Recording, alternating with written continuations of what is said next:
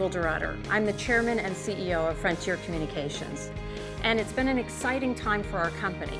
When I think about the counselors to our customers, I think about our technicians. They truly are the face of Frontier, and our customers trust our technicians because they're there for them 24 hours a day, 7 days a week. They will take care of installs, repairs. They give advice as to what type of products customers can use. It is really a great foundation for our company to have employees be very focused on the customer and focused on our success. When a customer calls in and I'm dispatched the ticket, I take pride in my work. I want to get it fixed the first time. I like to leave them with, if I don't ever see you again, don't take it as a bad thing. That means I did my job. Our employees are often from rural areas where they have strong family values and a strong work ethic. Many of our employees come from labor families, so they understand putting in a hard day's work to get a really good return. In my job, you have to make a lot of sacrifices. I have seen a cable splicer in a water-filled ditch working all night long to restore service. I've seen linemen, wind chills below zero, setting poles that were sheared off in a car accident.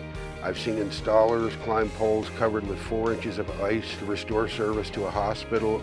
I remember when there was big storms that hit the Twin Cities. Trees were down, the roads were not passable, and yet we all managed to find our way into work because we understood that our customers were going to rely on us. Whereas a competitor had no phone service for at least 2 weeks, we were up and working within 48 hours. When you call Frontier for high-speed internet service, you don't just get a kit in the box. You get a high-quality professional installation where our technician comes and not only installs the product, but gets you signed on and using the internet. I'm a project manager for IT, and I have a need to run WebEx meetings, and without a broadband high-speed internet, I wouldn't be able to do my job. I was told that I was just basically out of luck. My service provider was changing to Frontier, so I got online, looked up a senior manager. And I heard about Steve Pratt, that he needed a modem, and instead of having to pop it into the mail and have him wait several days, I actually brought it right out to his house. I took it and figured out what the problem was, went straight to the cross-connect box. Turns out it was just a record problem. We had the capacity there, went to the house, wired it up, he's good to go. My speeds are fantastic. My customers are able to see all my applications in real time without any delays.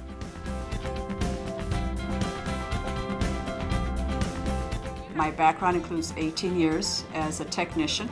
Just want to talk to you guys a little bit about safety. I was out in the field and the vice president of Frontier came and asked me if I wanted to become a technical supervisor. He was really impressed with my background. I said yes, I took him up on it immediately. This is just our idea for right now. I'm a third-generation Mexican-American. We have 5 children, ages from 17 to 35. I love Frontier. The people are great, the job is fantastic. The other day I had a customer that stopped me in the parking lot. She was having some issues with her internet, and I said, sure, I can come over and help out, and didn't have to call in a ticket or anything. Turns out it was her birthday. She just wanted to get on Facebook and check her birthday greetings, so it kind of made me feel good that I had the opportunity to take care of her. The last 20 years I've been an outside technician, the only woman in the state, and for good or bad, when anybody calls in and says I can be found. It was really good. We had a good time. And I heard about this job a couple years ago from my dad, who also works at Frontier, and I was so excited about it because I didn't have to be stuck in an office.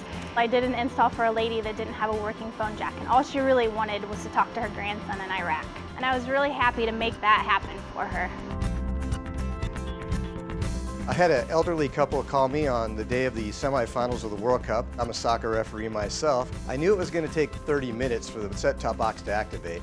They had a TV that the remote wasn't working, so I reprogrammed it. While they were watching it, I explained to them that we're a 100% US-based company. Our call centers, our uniforms, everything was going to be US-based. And their eyes light up when I mentioned this. Right as I said that, the big screen popped on. They actually invited me to watch the game with them. I said, thank you very much, but I really got to get back to work. And they had a great day. Frontier now provides voice, data, and video services to over 4 million customers on our properties.